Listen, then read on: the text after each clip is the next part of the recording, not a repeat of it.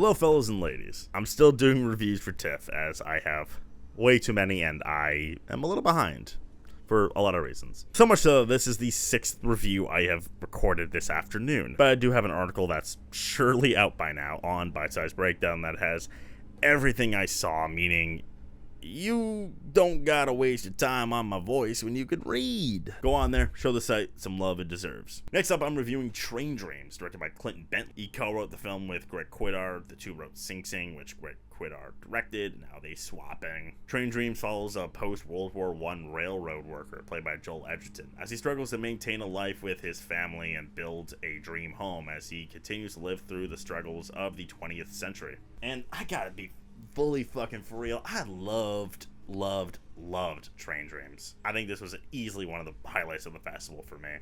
This was a very needed and necessary boost for me late in the festival, and will probably continue to be one of the year's highlights. What caught me so off guard about this movie, as someone who loved Sing Sing, was the scope of this movie. I can imagine this movie's budget was pretty small, and yet they do so much with it. This movie is mostly taking place in nature through post-pioneer living. We get a glimpse of that lifestyle and how so much of it is outside and through the woods, and Clint Bentley takes full advantage of that, as is the cinematographer Adolfo Veloso, who truly captures some of the best images you'll see all year. The cinematography of this movie is so gorgeous, really helps make this movie feel bigger than it is. Every image of this movie belongs in a museum, and yet it's not like this movie has such a one singular visual style, but it does at the same time. It's pretty brilliant stuff across the board. The way it uses long shots and close-ups is really excellent. Pretty caught up by the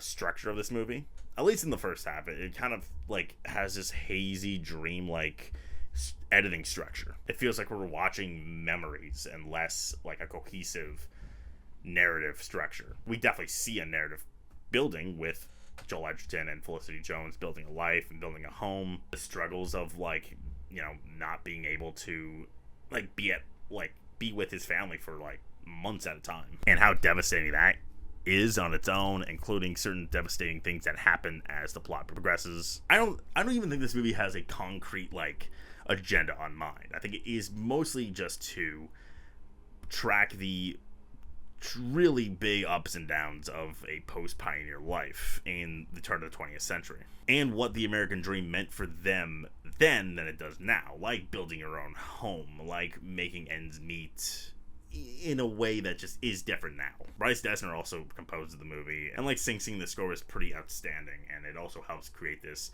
weird beauty in this. There are moments that maybe even will make you cry, but the movie isn't about tugging and making sure you cry. It's about witnessing. It's about witnessing the dawn of an era, the tragedy of a life. This movie also has an excellent ensemble across the board. I thought Felicity Jones was very good. I thought William H. Macy was actually a really big standout. With very limited screen time, he really leaves an impression on you. There's something about that character that just really, really works. But Joel Edgerton is giving probably my favorite performance of his. A lot of his performance is stoicism and silence and just kind of looking at him and guessing what he's feeling, and Joel Edgerton does the best to make you get the best guess imaginable. It's through the back half where he starts to get a lot of what he's feeling inside starts to blow out, and he's excellent in these moments. He's really heartbreaking to watch. He really gives this movie life. I mean, everything in this movie gives it life. This movie's fucking incredible. I think watching this movie is like watching a dream. Dreams that turn into nightmares, that turn into dreams, that turn into nightmares again. It's this